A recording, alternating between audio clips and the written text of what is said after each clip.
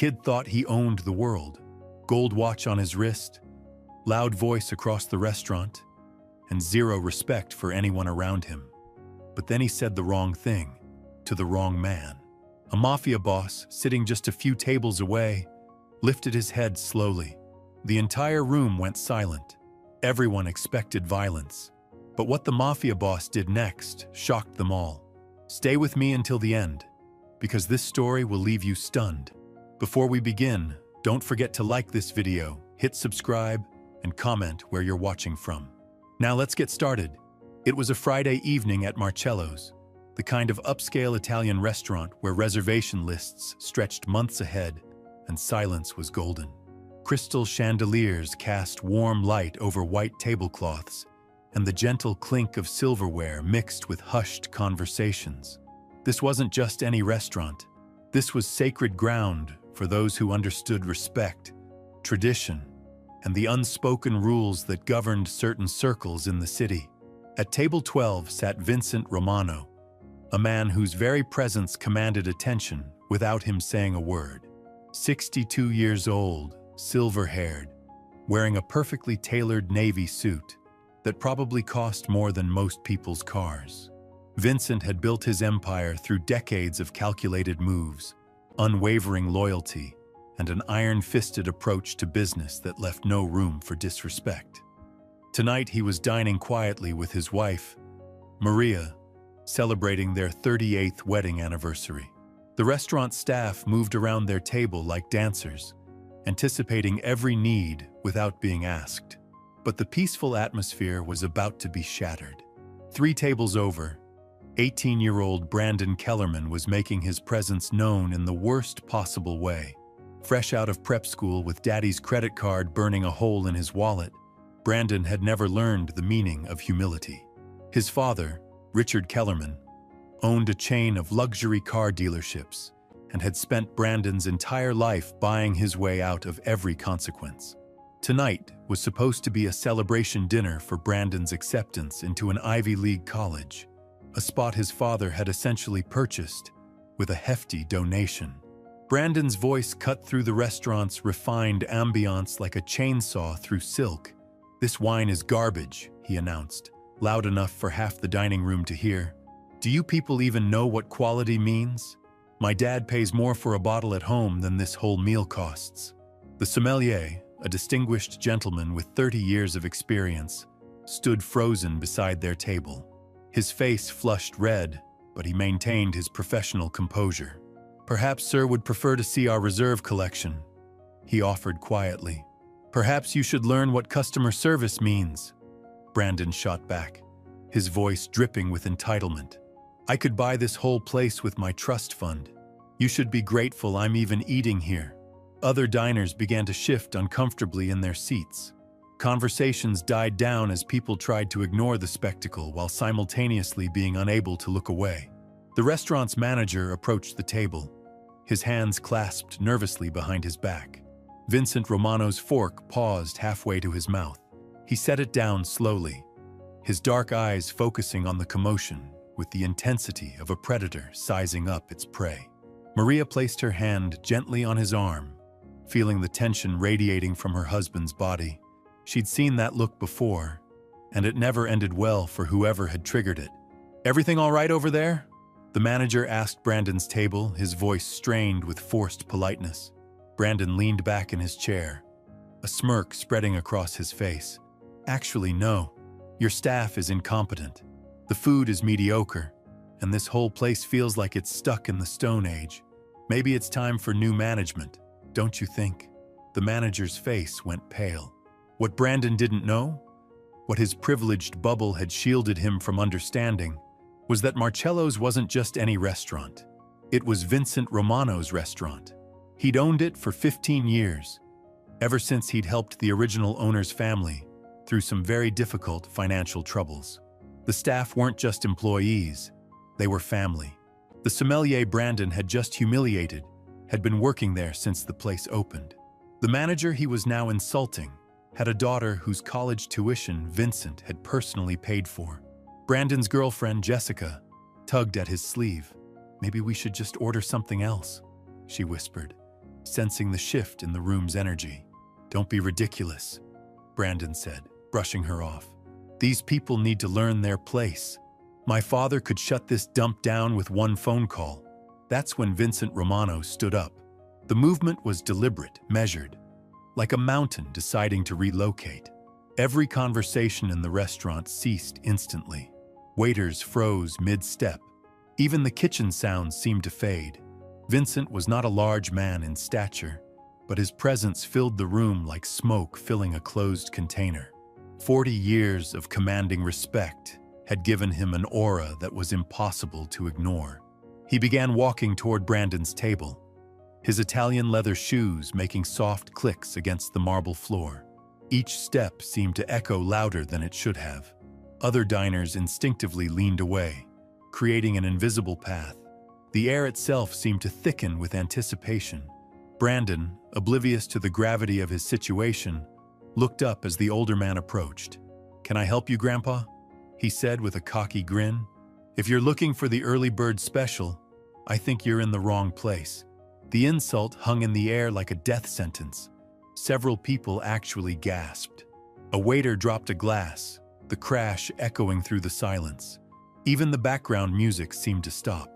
Vincent stopped directly beside Brandon's table, his hands clasped calmly behind his back. When he spoke, his voice was barely above a whisper, but somehow everyone in the restaurant heard every word. "Young man," Vincent said, his Italian accent lending gravity to each syllable, "do you know where you are?" Brandon laughed, the sound sharp and grating. "Yeah, some overpriced pasta joint that's clearly seen better days. Why, do you work here or something?" The question revealed just how completely unaware Brandon was of his surroundings.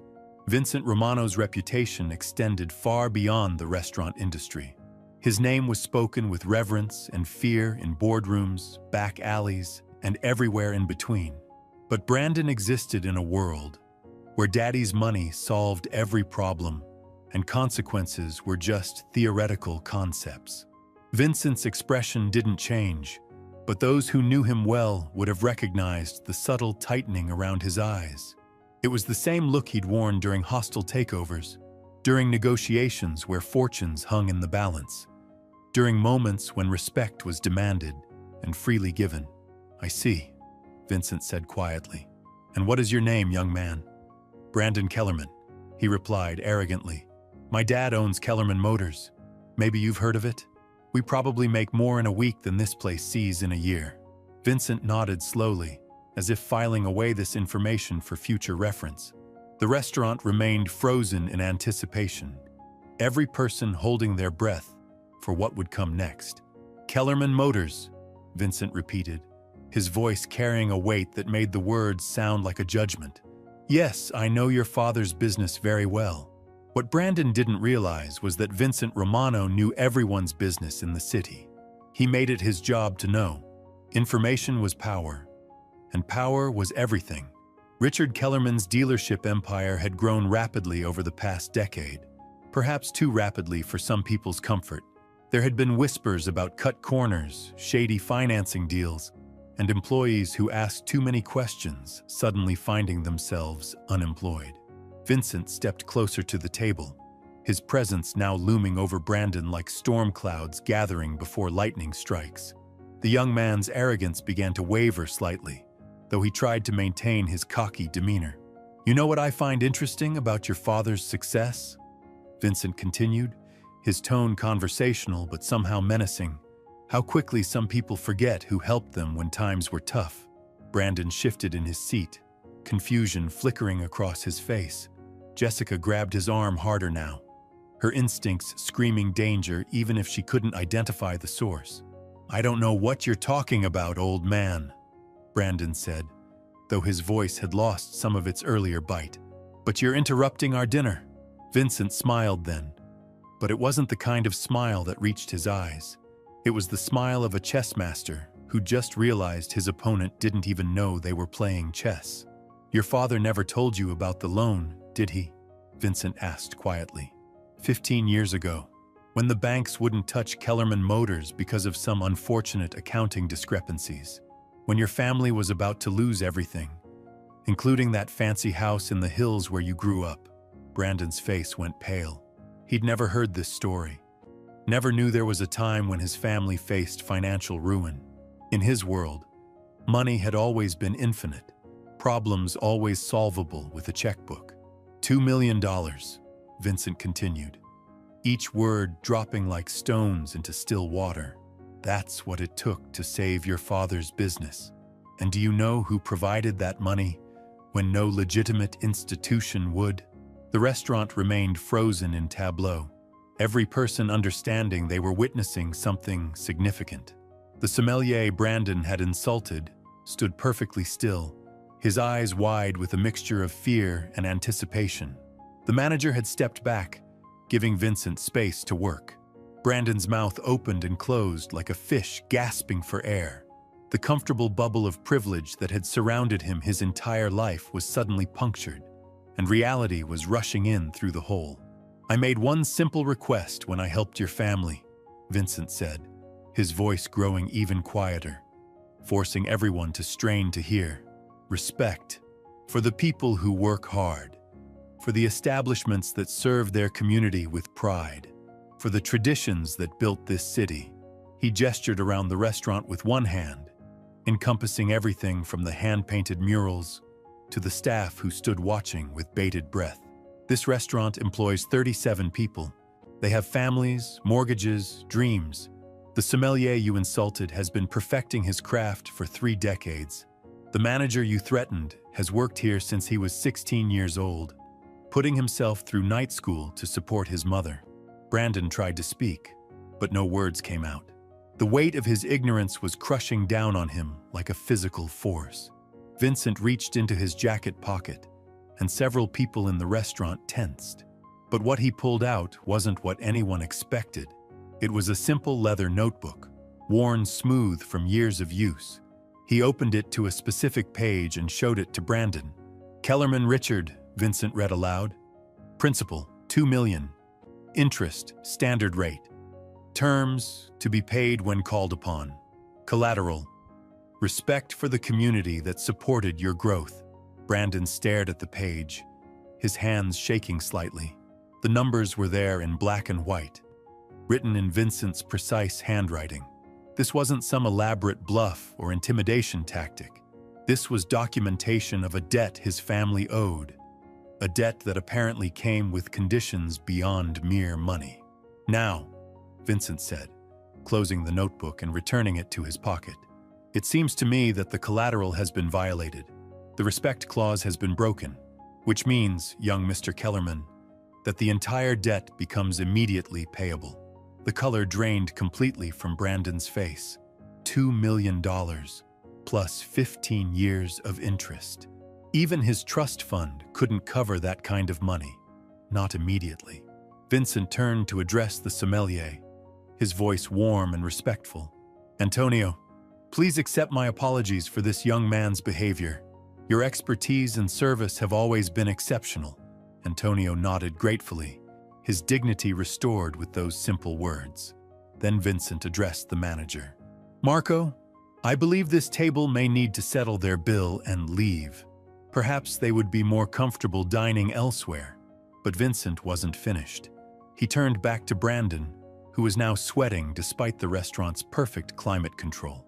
"However," Vincent said, and the single word carried the weight of possibility, "I am not an unreasonable man. I believe in second chances, in the power of education. So I'm going to offer you a choice, young Mr. Kellerman." Brandon looked up hopefully, grasping at any lifeline thrown his way. "Option 1, Vincent continued. "We call this debt immediately due. Your father's business gets liquidated to pay what's owed. Your family loses everything they've built. Your college fund disappears. Your trust fund gets seized. Your comfortable life ends tonight." The words hit Brandon like physical blows.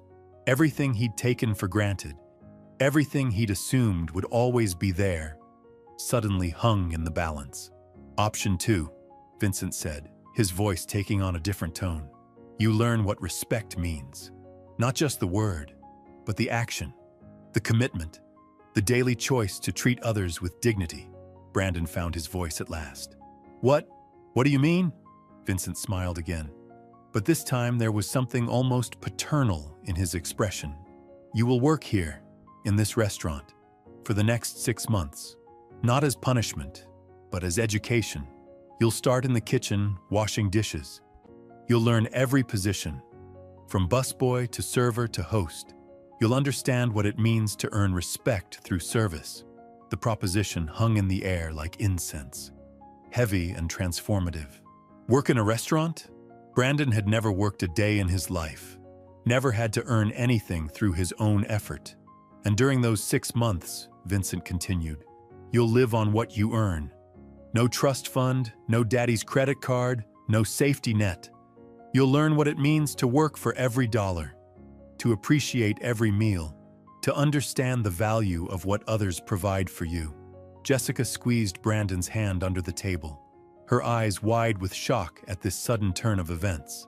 If you complete those 6 months with dignity, with genuine respect for the work and the people around you, Vincent said, then we'll consider your father's debt satisfied. Not just the money, but the respect clause as well. Your family keeps everything they've built. The choice was stark and simple, but the implications were enormous. 6 months of actual work, of humility, of learning what the real world looked like for people who didn't have trust funds and family connections. But if you refuse, Vincent concluded, or if you fail to complete the terms with genuine respect, then option 1 becomes automatic. Everything your family has built disappears overnight. Brandon sat in stunned silence, his mind reeling with the magnitude of what was being offered. Around the restaurant, staff members watched with fascination, some barely suppressing smiles at the poetic justice unfolding before them. This wasn't the violence anyone had expected when Vincent Romano stood up from his table. This was something far more sophisticated, far more devastating to someone like Brandon than any physical confrontation could have been.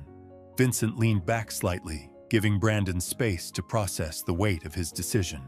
The restaurant remained suspended in this moment of reckoning, every breath held, every eye focused on the young man who had walked in thinking he owned the world, and now faced losing everything he'd taken for granted. Brandon's hands trembled as he reached for his water glass, his mouth suddenly dry as sand. The golden watch on his wrist, a graduation gift worth more than most people's monthly salary, now felt like a shackle binding him to a life he'd never questioned until this moment. His designer clothes, his perfect haircut, his entire carefully crafted image seemed suddenly ridiculous in the face of Vincent's quiet authority. I need to think, Brandon stammered, his voice cracking like a 13-year-old boy instead of the confident young man who'd walked through those doors an hour earlier. Vincent's expression remained unchanged, but there was something almost gentle in his eyes now. Of course, he said quietly. This is not a decision to make lightly. But understand, young Mr. Kellerman, that time has a way of making decisions for us when we hesitate too long. He gestured toward his own table, where Maria sat watching with the patience of a woman who'd seen her husband navigate countless delicate situations over 4 decades. I'll give you until I finish my anniversary dinner with my wife. When we're ready to leave, you'll give me your answer. The timeline hit Brandon like a physical blow. An hour, maybe less, to choose between everything he'd ever known and a future that terrified him beyond description. 6 months of actual work, of earning minimum wage, of discovering what life looked like without the safety net of family wealth.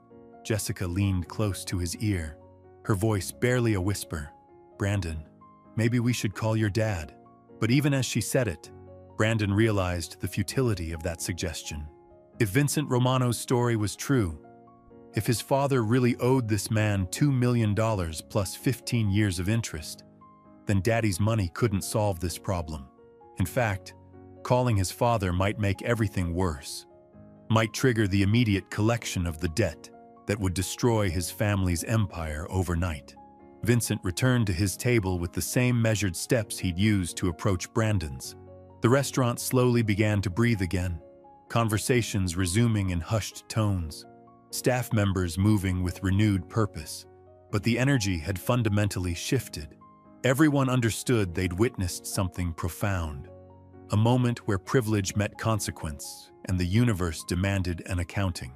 At his table, Vincent cut into his osso buco with surgical precision, each movement deliberate and controlled.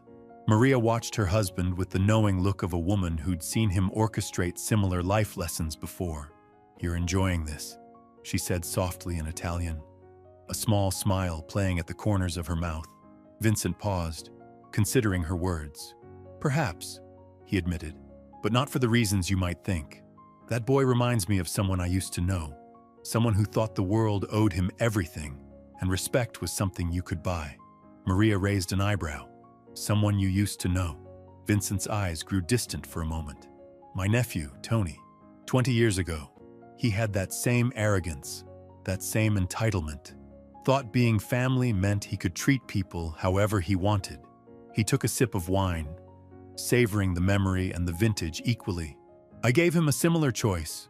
6 months working construction, earning his way, learning what sweat actually felt like." "And?" Maria prompted, though she already knew the answer. "He runs 3 legitimate businesses now, employs over 100 people, treats every worker like family, because he remembers what it felt like to be dismissed, to be treated as less than human." Vincent's voice carried genuine pride. "Sometimes the greatest gift you can give someone is the chance to discover who they really are beneath all the privilege." Meanwhile, 3 tables away, Brandon was having the most difficult conversation of his 18 years of life. Jessica had moved her chair closer, creating a bubble of privacy in the public space. "What are you thinking?" she asked, her manicured hand resting on his arm. Brandon stared at his untouched plate, the expensive meal now looking like ash and cardboard. "I'm thinking I don't have a choice," he said quietly. "If what he's saying is true, if my dad really borrowed that money." "But 6 months, Brandon. Working in a kitchen, washing dishes? What about college? What about your plans?" "What plans?"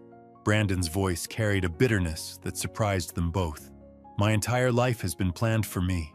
Private school, summer camps, college, then taking over Dad's business. I've never made a real decision about anything that mattered."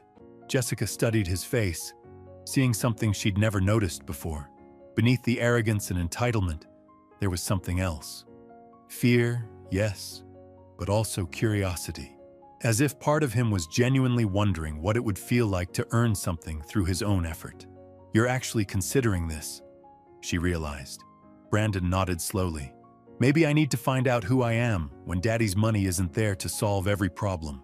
At the bar, Antonio the sommelier was polishing glasses with practiced efficiency, but his attention kept drifting to the drama unfolding in his dining room. He'd worked in restaurants for 30 years, had seen every kind of customer from saints to devils, but something about this situation felt different. Marco, the manager, approached the bar. "What do you think?" he asked quietly. Antonio set down his glass and considered the question. "Mr. Romano is giving that boy something no amount of money could buy," he said finally. "A chance to discover his character. Most people his age never get that opportunity. And if he refuses?" Antonio shrugged. "Then he'll spend the rest of his life wondering who he might have been." The conversation was interrupted by movement from Brandon's table. The young man was standing up, his legs unsteady, his face pale but determined.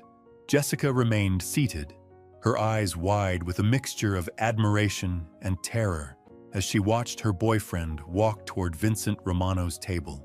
The restaurant fell silent again, sensing another pivotal moment. Brandon's footsteps echoed against the marble floor, each one seeming to mark the end of one life and the potential beginning of another. He stopped beside Vincent's table, his hands clasped behind his back in unconscious mimicry of the older man's posture. When he spoke, his voice was barely above a whisper, but the words carried across the hushed dining room. "Mr. Romano," he began, "I accept your offer." Vincent didn't look up immediately, continuing to cut his meat with the same methodical precision. When he finally raised his eyes to meet Brandon's, There was something that might have been respect flickering in their depths. "You understand the terms?" Vincent asked quietly. 6 months, starting at the bottom, living on what I earn, learning what real work means. Brandon's voice grew stronger with each word. "And if I complete it with genuine respect for the work and the people, my family's debt is forgiven." Vincent nodded slowly. "And if you fail or quit," Brandon swallowed hard, "my family loses everything. Then we have an agreement." Vincent extended his hand, and Brandon shook it, sealing a bargain that would change everything he thought he knew about himself. The handshake seemed to release the tension that had gripped the restaurant for the past hour. Conversations resumed. Staff members smiled genuinely for the first time since Brandon's outburst, and the evening began to feel normal again. But for Brandon Kellerman, normal was now a foreign concept. As he returned to his table to face Jessica and figure out how to explain this to his parents, he realized that his real education was about to begin. Not the kind that came from textbooks or lecture halls, but the kind that came from learning what it meant to earn respect. One dish, one table, one shift at a time. Vincent returned to his anniversary dinner, but his thoughts were already moving ahead. Tomorrow, he would make some calls, arrange for Brandon to start his new life. He would ensure the young man had a small apartment within walking distance of the restaurant. Nothing fancy, just clean and safe. He would speak to Marco about creating a training program that would teach Brandon not just the mechanics of restaurant work, but the dignity inherent in honest labor. Most importantly, he would be watching. Not to catch Brandon failing, but to see if the young man could discover something valuable beneath the layers of privilege and entitlement.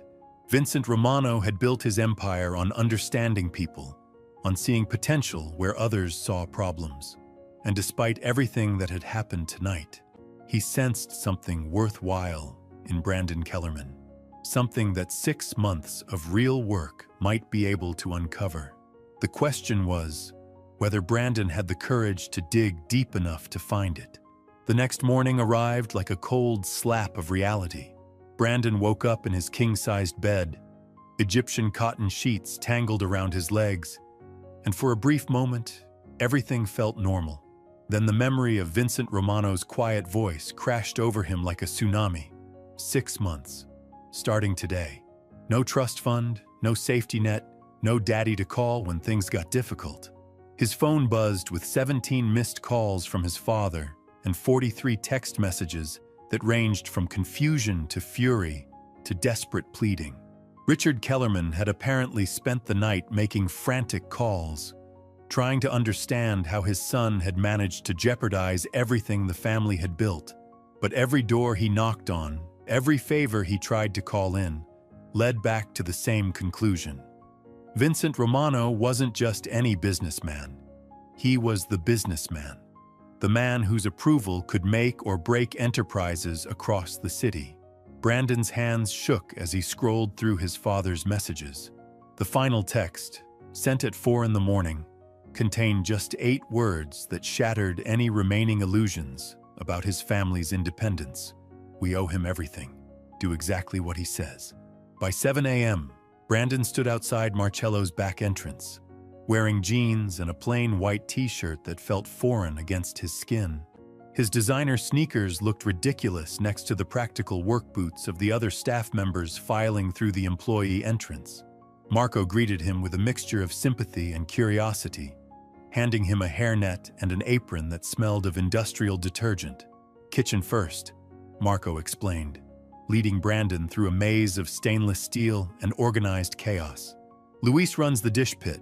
He's been here 12 years, worked his way up from where you're starting. You listen to him, you respect him, and maybe you'll survive your first week." Luis Mendoza was a compact man in his 40s with calloused hands and kind eyes that had seen everything twice. He spoke with a slight accent, his English precise but careful, each word chosen deliberately. When Marco introduced Brandon as the new dishwasher, Luis studied the young man with the intensity of a jeweler examining a questionable diamond. "You ever work in a kitchen before?" Luis asked. already knowing the answer from Brandon's soft hands and confused expression. "No, sir," Brandon replied, the respectful address feeling strange in his mouth but somehow necessary. Luis nodded, unsurprised. "First rule, keep up. The plates come back dirty, they go out clean. No exceptions, no delays, no excuses. Second rule, everyone depends on everyone else. You slow down, the whole machine breaks. Third rule," he paused, fixing Brandon with a steady gaze. "Pride in the work. Doesn't matter if you're washing dishes or running the place. Do it right.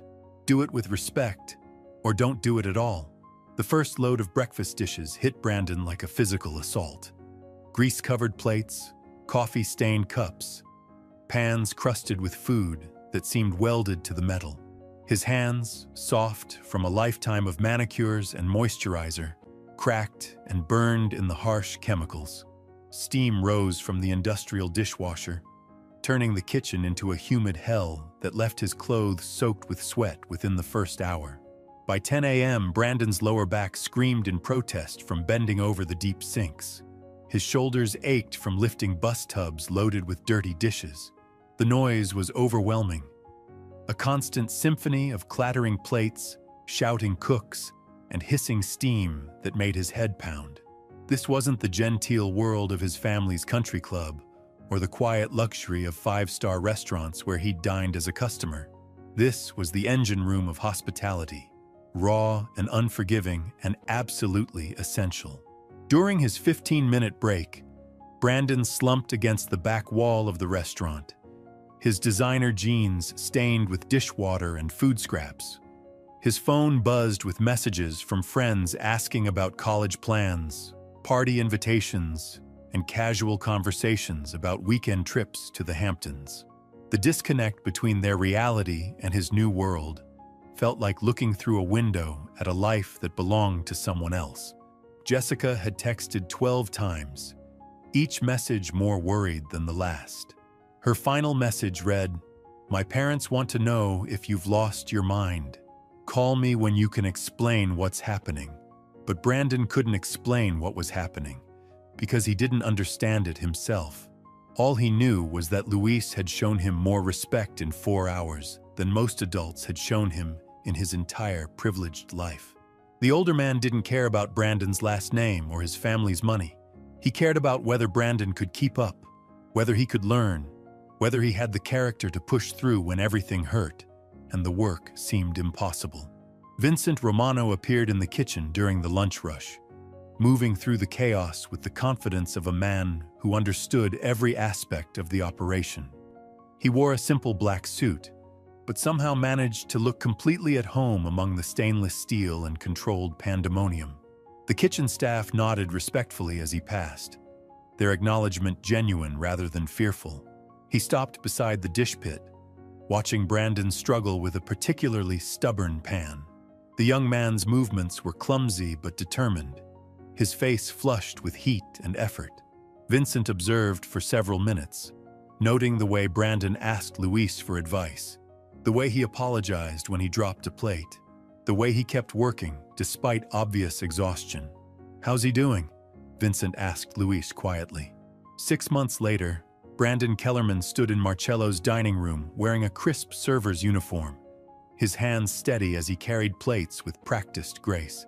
The arrogant kid who'd once thrown insults at hard-working staff was gone, replaced by a young man who understood that respect isn't inherited, it's earned. Vincent Romano watched from his usual table, a slight smile crossing his face as Brandon thanked a customer with genuine warmth.